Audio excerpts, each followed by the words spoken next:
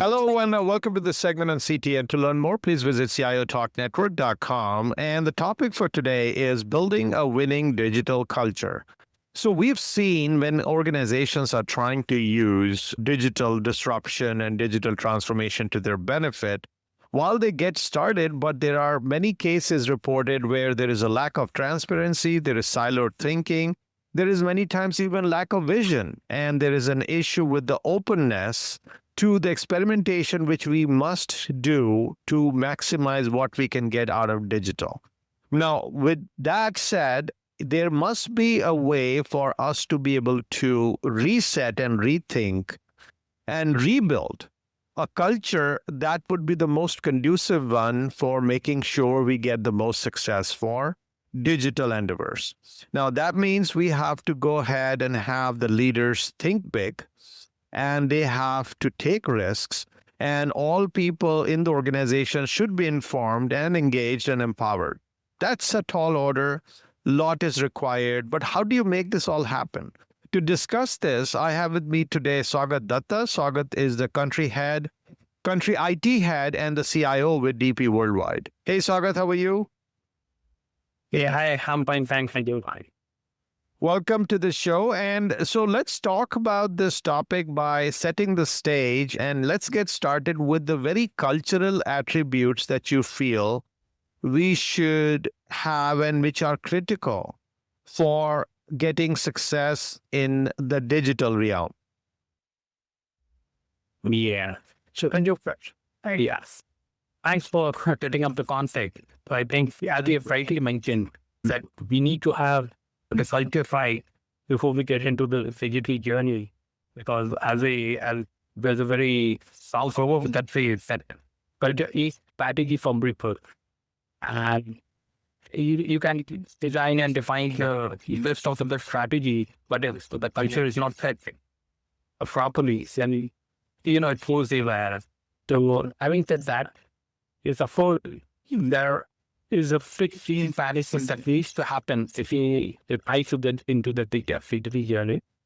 And for that, we need to have a sales leaders and a cross-functionality set up who are having that mindset to bring in the change and bring the culture that push adopts the digital strategy or levels the foundation for the digital transformation.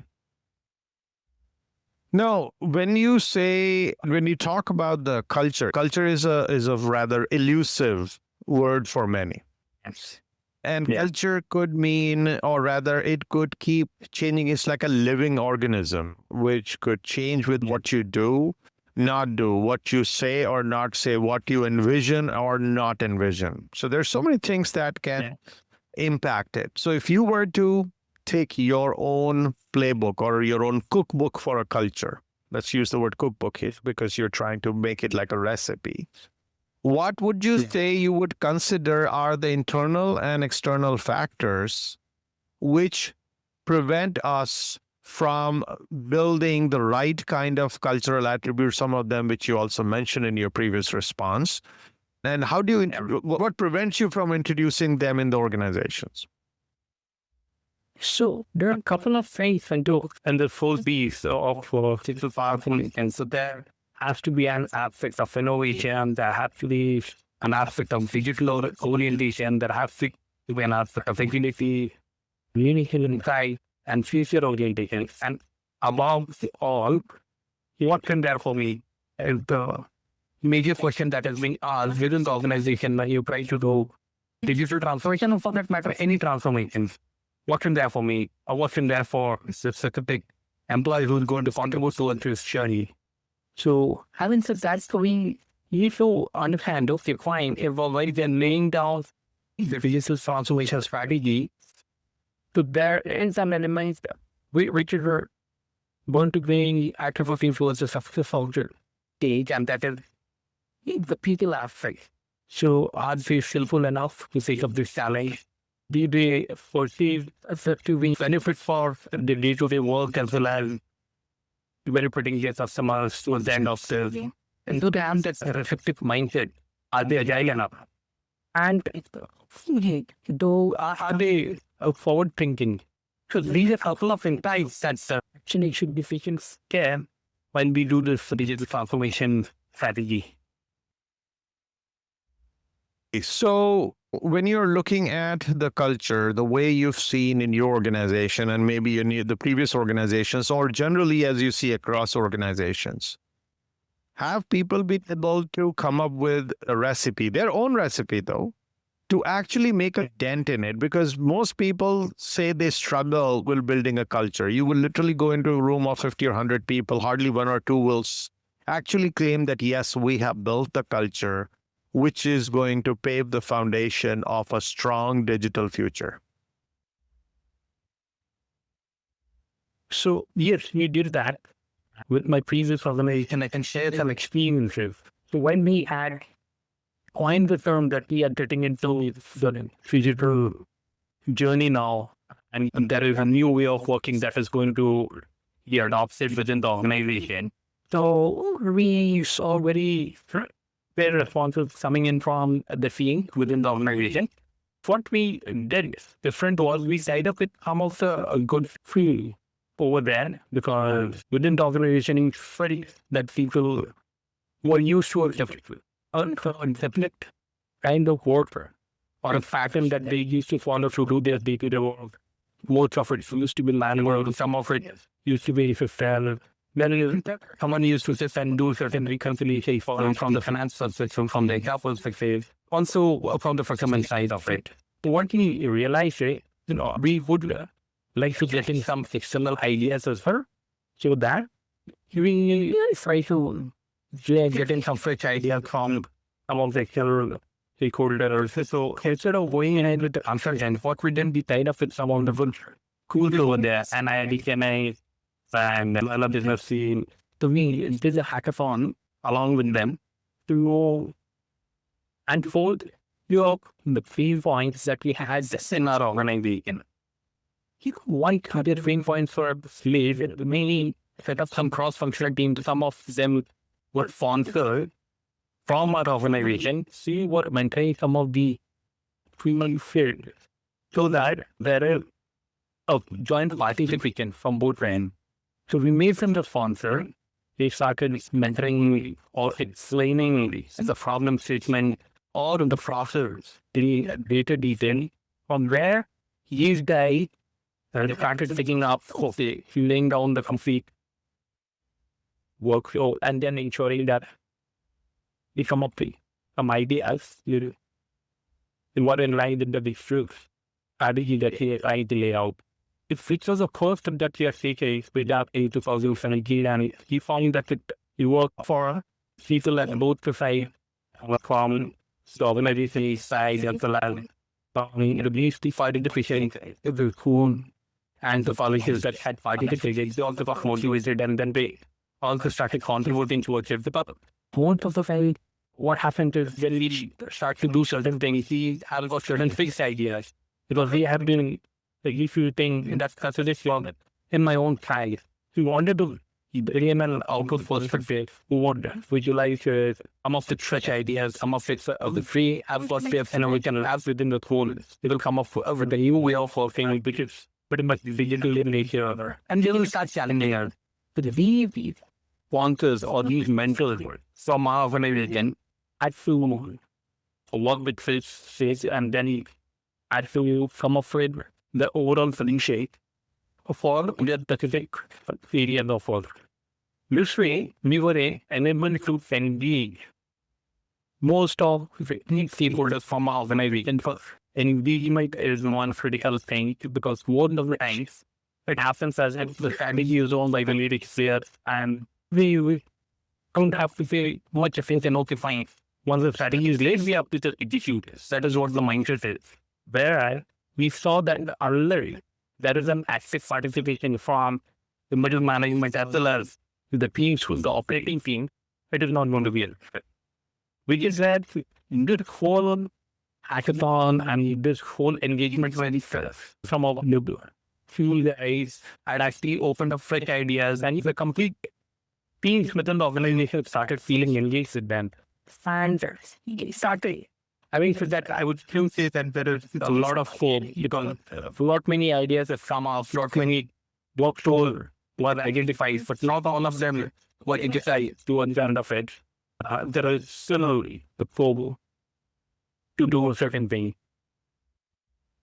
Now, when we talk about culture, yes, as we said, it is a living organism and it's also fluid. So when you're trying to transform it or fundamentally reset it, do you have to do is there a way to rip and replace it?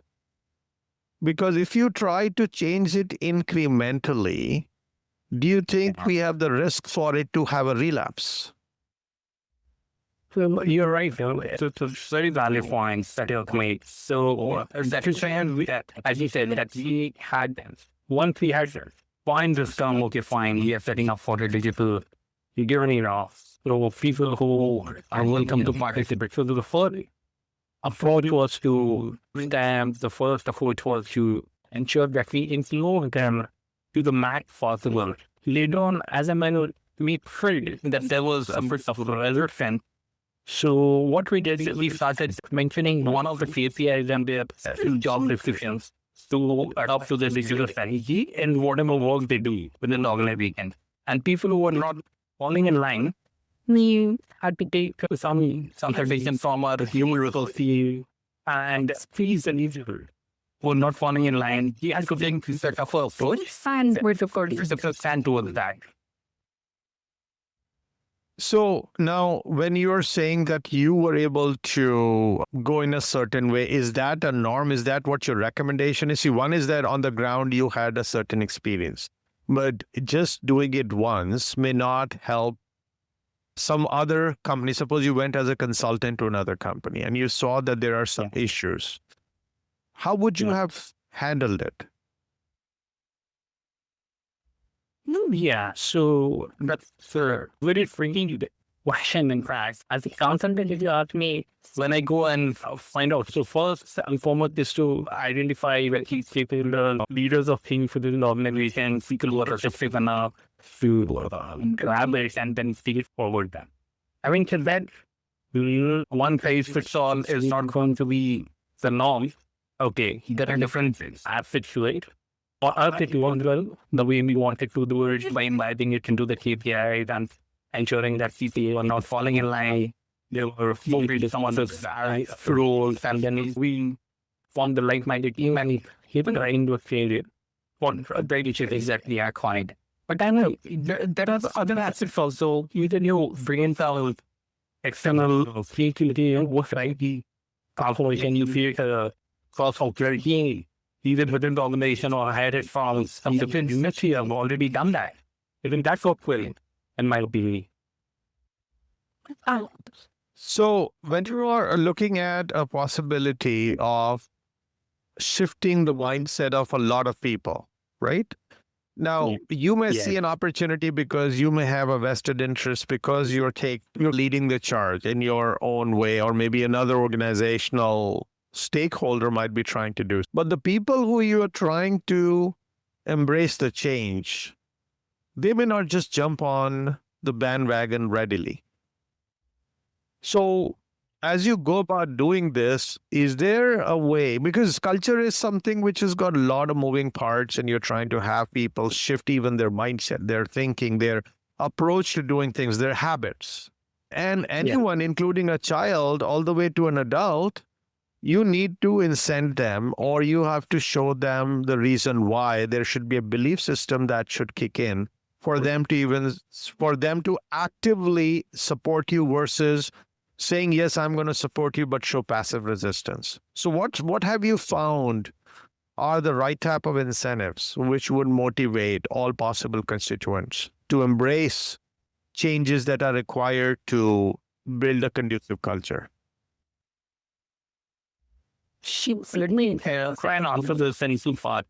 So one was obviously who one family had formed the thing, and then he started working with our companies. We identified that, okay, fine, some of them were quite receptive, and the reason for being that the fig was, we could see that some of the initiatives that we were taking in terms of IoT, in terms of RPA, that was actually reducing their work to a greater extent. But in fact, it was also adding value to the end customer, which is where different that, okay, fine. Now I can go back with a new idea to my client and I can propose certain solutions to them. Wait, 10 turns will help me increase my share of business with the client over the wallet size. So that way, a portion of the team who were generally into the customer facing or owning certain PNLs, they could see the value and they were quickly adopting to that. The other aspects wherein we felt that the people were more working towards the internal part of it, working with the internal stakeholder. We found that there were people laughing for them and they were saying that, okay, fine. I would rather do it fast when I do it manually rather than do after the adopter. The system or platform which would build in the day. To that, many practices likely then that, okay, fine. If you are able to adopt to that way, you will actually get identified. If you can extend it to work and you find doing that the right way, then you found that some of them were not dynamic here and those were like, I mean, similarly by what they should. So which we have put them into different holes altogether that was effective in digital transformation journey. When you're looking at your organization and you may have started that journey at some point. So yeah, where you are today, you may be better off, but I'm sure you would have your knees bruised and had some challenges and some pitfalls that you may have not watched out for and may have been burnt in that process. So you may or may not have had that situation. But for people who are on this journey and they are listening to this, and they could prevent $1 million mistakes or prevent unnecessary bruising, what would be your recommendation for them? What should they watch out for?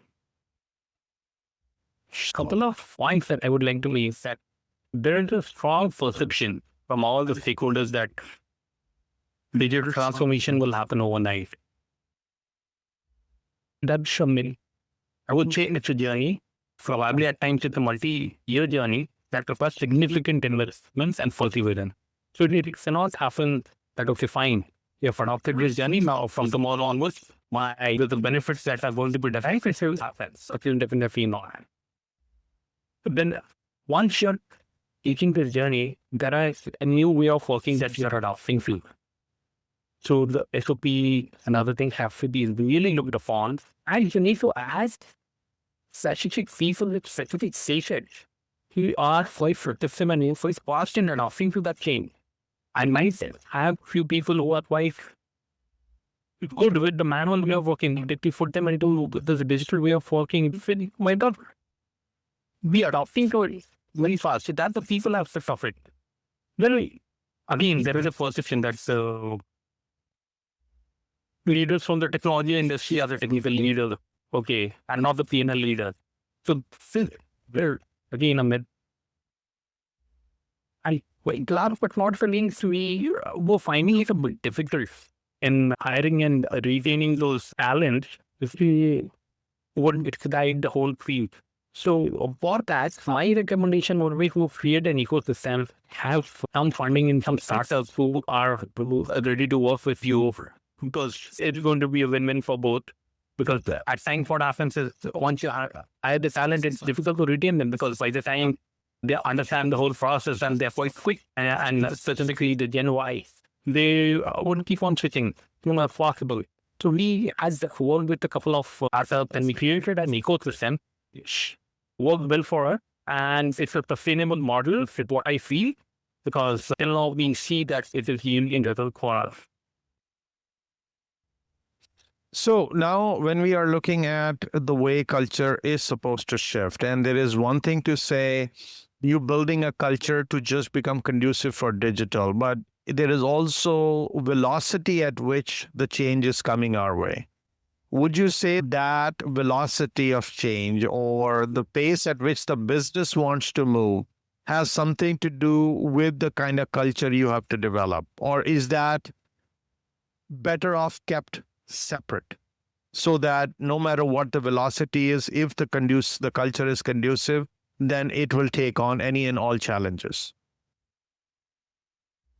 So coming from a traditional organization and that's from a logistic world, we have been observing that it is growing by leaps and bounds. And the digital aspect of it is we are multi-fold over here in this industry. So having to that, it has to go hand in hand with the business. So the speed we had or the velocity that in the scene they're expecting, I think the digital scenes also have to align with that. There are no two thoughts about it. If you are not sending a left out in this race, and we have seen that some of the startups within India, so they have been able to talent confident because they are young, they are agile, they have got the right mindset, they have got the right skill sets in the organization, and they are quite receptive again. So we have seen that to gain a few of the organizations so, which share. They started this whole revolution of the trucking industry and the relay mode of transportation. Then there is a black box. Some of these companies, they transform this. And for that matter, I always have a very high opinion about the way Amazon transformed the whole way of work. They would ensure that you start using the platform and then they make you could so much that you cannot do away with that at any given point in time. So yes, I would say that it has to go hand in hand. Otherwise, you will be left out in the race. Let's take a quick break, listeners. We'll be right back. And when we come back, let's talk about the different ways you can create a feedback mechanism as you go about making changes. Because one is there is a feedback mechanism you need for ongoing whatever you try, because there could be newer ideas you may be trying, but is that working or not working? And subsequent to that, once we feel we've reached a certain optimum point for our culture, what kind of a feedback mechanism we can continue to institute in the organization so that the governance is enabled. Governance of the culture, the intended level of maturity of the culture and conduciveness of the culture is maintained. Or for all of that, we need to know how everything is going during the journey of building a conducive culture as well as after that. So, how do you make this all happen? We'll explore that. Please stay tuned, listeners. We'll be right back.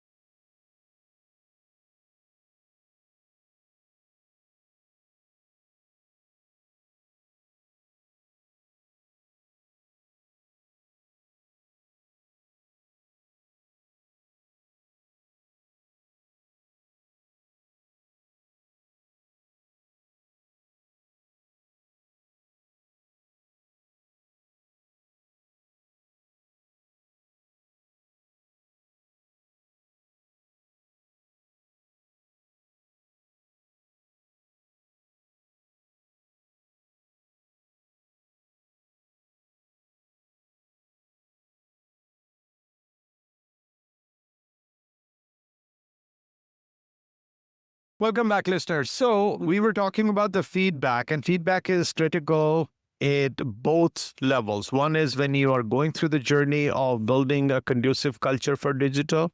And once you have come to a certain level of maturity and say, yes, this is the type of culture I would like to sustain within a company, then how do you maintain those feedback conduits, if you will, and then use that feedback effectively to make sure that you sustain a culture to the desired level? So, given where you have been in your journey, Saugat, as well as you may have spoken to many of your peers at different levels, some people may have even reached a level of maturity that they want to, and now they're trying to sustain it. What have they recommended, and what do you recommend as the right type of feedback mechanism? Right. So, first, I will cover what we have done differently, and later on, I would like to indicate what my peers or my colleagues in some other organization, ex-colleagues who have moved on to other organizations, have to say on this aspect. So for us, in terms of a feedback mechanism, so first and foremost, we had created a forum and a platform to cover. We had released some apps to give us a feedback on some of the initiatives that we had laid out. So first and foremost, we had rated the initiatives within the organization as well. And we used to release it to the teams, and we used to say that these are the initiatives that we would be taking in the first quarter, second quarter, third, and fourth. We used to lay the complete foundation over 1 year's time. And then we used to get some feedback based on the apps that were released, the platform that we had created a knowledge management portal altogether, wherein we had released some of the initiatives and how it is going to benefit me. So based on that, we used to continuously, there was a committee which was formed and which was driven by our HR head, who used to collate, he had got his team to collate all that feedback, and on a weekly and a monthly basis, we used to review that along with the steering committee. So the steering committee used to preside by our CEO, who was the complete sponsor of this digital journey, because we felt that towards the beginning, wherein we were finding some reasons that it has to go top down of it, and the leaders have to first believe in themselves that the strategy or the digital transformation or the digital journey is going to work for them. So that's how we were able to do that. And during the reviews, we used to consciously take the feedback which was not in favor of the whole journey. We used to find out that, okay, fine, why is this person saying that specific thing is not going to work? And what is the reason behind that? If you try to shoot down that person, that it just because he has mentioned a comment that it is not going to work, there will be no feedback that would be coming in future. So you should critically analyze the feedback that used to come in from several sources that we had created within the organization, and you should take a stock of it on a fortnightly basis or on a monthly basis as appropriate. So that is how we were continuously doing that. And having said that, we used that since I was leading the organization within company. So what we felt was continuous engagement and having the feedback mechanism in place is one part of it. But we used to conduct continuous roadshows also. That, okay, fine, we started this journey. These are some of the ideas. These are some of the things that came up as a feedback, and this is where we are currently. So that people are continuously engaged in this whole field, and we see significant results coming in. And the moment they are engaged, that the results are coming in. So this is what we have done within our organization.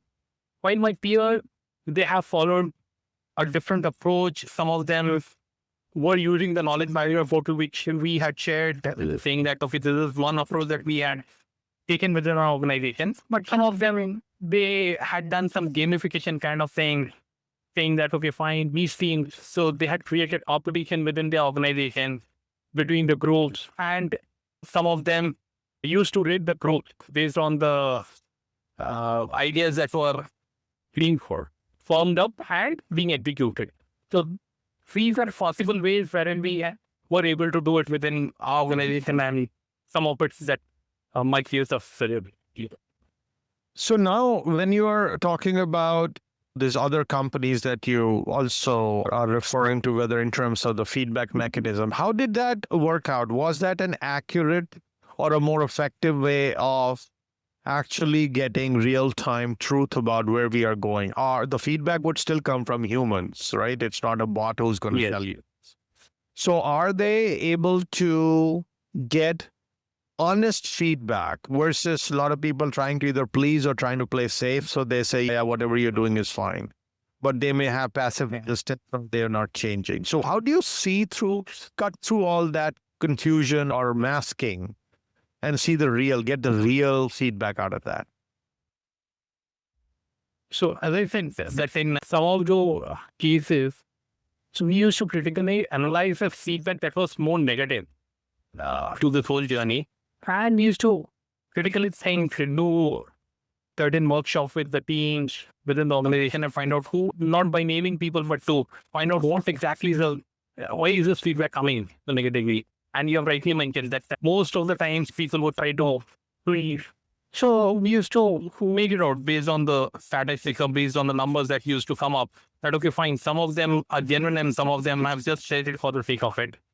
But having said that, we used to critically analyze some of these things and we used to identify, okay, fine, this is what it is. And if there is a scope which we need to tweak, or there is a point that has come up which we need to critically analyze and use to then go back and present it to the steering committee and then see what exactly their views were on this. And okay, fine, drop this initiative, drop this ideas. We also genuinely feel that it is not going to add much value. So this is how we were able to move. And then you are looking at the changes that are happening. Do you feel that there is a bearing of the changes which will continue to happen on the culture? Do you think we should combine the two? I know I asked a similar question, but that was different in the sense where we are talking about the ecosystem. One is your business changing. That's one. So should a culture change based on the business needs? Should it be having that flavor that, okay, business changes, then I change my culture? And in this case, I'm talking about the very landscape, the macro environment. Would you think that once built a conducive culture, whatever you come up with would work? Do you think if you had created a conducive culture pre-digital era, but a conducive culture which is progressive, etc., that would have sustained and would have created good amount of value? Rather, it would have been still optimum for the digital era as well? So to be honest, with this whole the pre-digital era, the conducive culture was not having the speed that is required for the adaptability of the business changes that are happening. Everything is as of yesterday because the disruptors in the market are actually doing the way, like everything you tell that, okay, fine, these are the things, this is what a new way of working here. They will go do and propose it to the client, accepts it, and they go ahead and execute that within no time.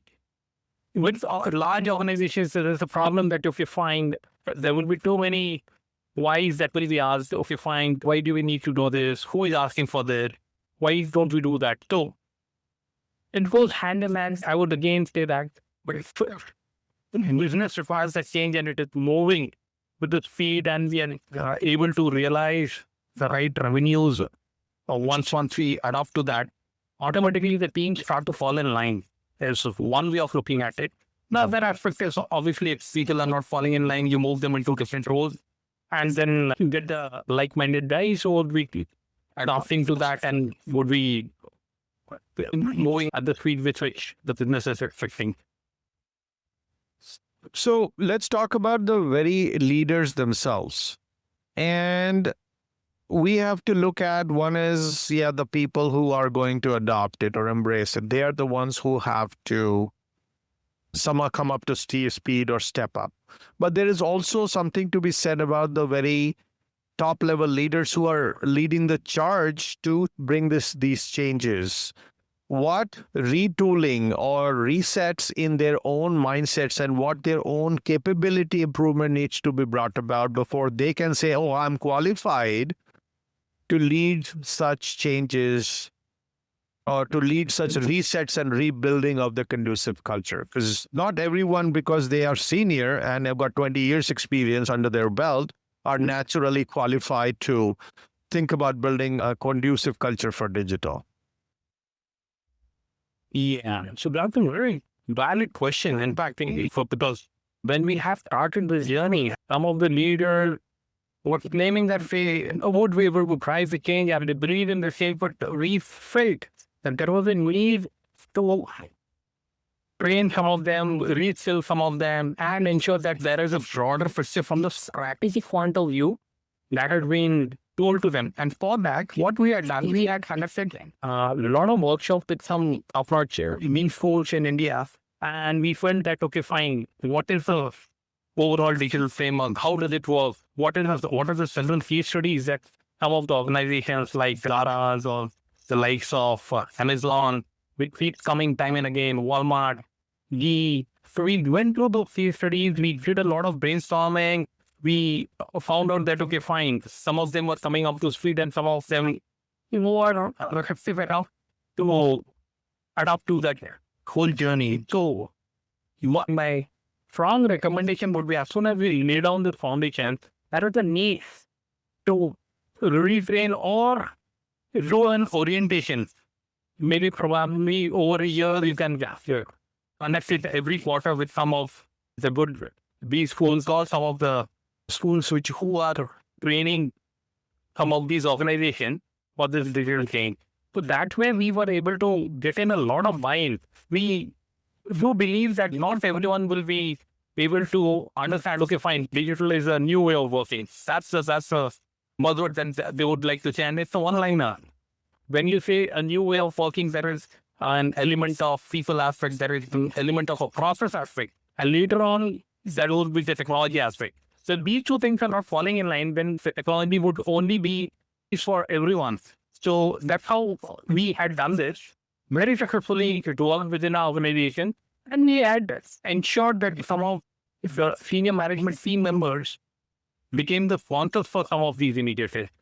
So this all started with laying down the foundation and then doing a bit of brainstorming with our CEO and then coming up with this idea. So this has worked well for her, and I hope someone would like to adopt this. I think it's going to work, but there has to be continuous feedback mechanism. We were also working with some of our board members who had done similar thing within their organizations, the likes of Infosys, the likes of TCS. We had taken their views also, and we used to share some of these digital workshops for 1 or 2 hours after our session used to get over with our professor who used to teach us about how to take up this journey and where are we and where do we need to move toward. So that's how, so once you hear it from the horse's mouth and you get to hear it from guys who have led this in the past, and we have been able to tell, okay, these are the pitfalls you need to take care of, and be rest assured that this is going to work and this is a framework that we have laid. So that's how it worked well for us. So if we lose a leader, we are not left high and dry and the culture has a relapse. And I thank you for sharing how an organization can build a conducive culture for digital. Yeah, my pleasure, Sanju. Thank you. Listeners, please like us on Facebook, search for CTN, CIO Talk Network, and be sure to follow us on Twitter and LinkedIn. Thank you again for listening to this segment on CIO Talk Network. This is Sanjog All, your talk show host. Till next week, take care and God bless.